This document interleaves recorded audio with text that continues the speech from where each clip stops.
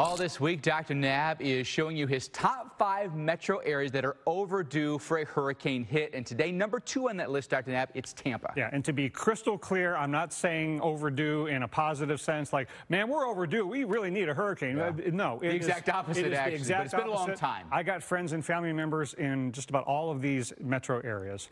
And the last thing we want is to see a major hurricane hit any of these places. However, we're now getting to the top of the list here with Tampa and the Georgia coast tomorrow, where it's been more than a century in both areas. So your point basically is, it's been a long time. We don't have that experience.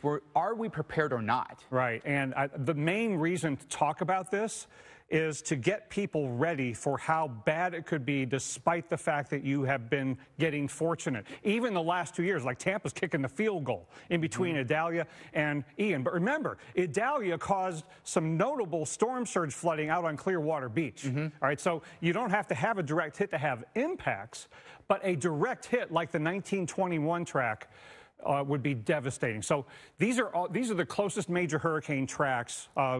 Don't have Idalia on there, but you get the point, since the 1921 hurricane. And what makes the 1921 track so bad is that center comes ashore just north of the opening to Tampa Bay, pushing the storm surge into the bay, into downtown Tampa and all of those bayfront communities, and putting the metro area on the strongest side wind-wise of a major hurricane.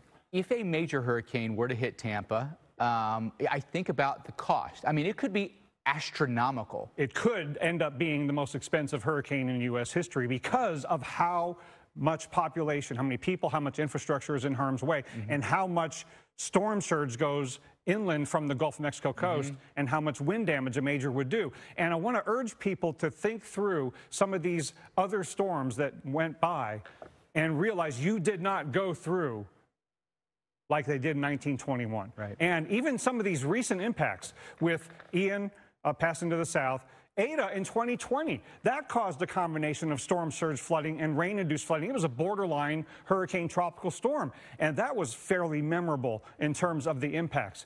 But a major hurricane making a direct impact there, you know, a lot of people in Tampa probably have the same feeling people in Fort Lauderdale and Houston and Corpus do in the Georgia coast. Well, it always goes somewhere else. But 1921 is going to come around again, and probably in less than 100 years this time. The population increase has been dramatic, but I think about your evacuation options, Dr. Knabb, because going north or south on 75 could be tricky, because if the forecast changes, you could be going into the path. If you go 4 to Orlando and it comes right in, you may be just in the path still, just inland. Yeah, the key is to go not hundreds of miles, but tens of miles or just a few miles to get out of the storm surge evacuation zone, to get out of a structure that's not safe from wind, and then shelter in that sturdy structure that's not in a flood-prone area. We cannot get everybody out of the state of Florida, for example. And important to know your evacuation zone. FloridaDisaster.org is exactly where you should go. Dr. Knabb, thank you, and we'll be right back.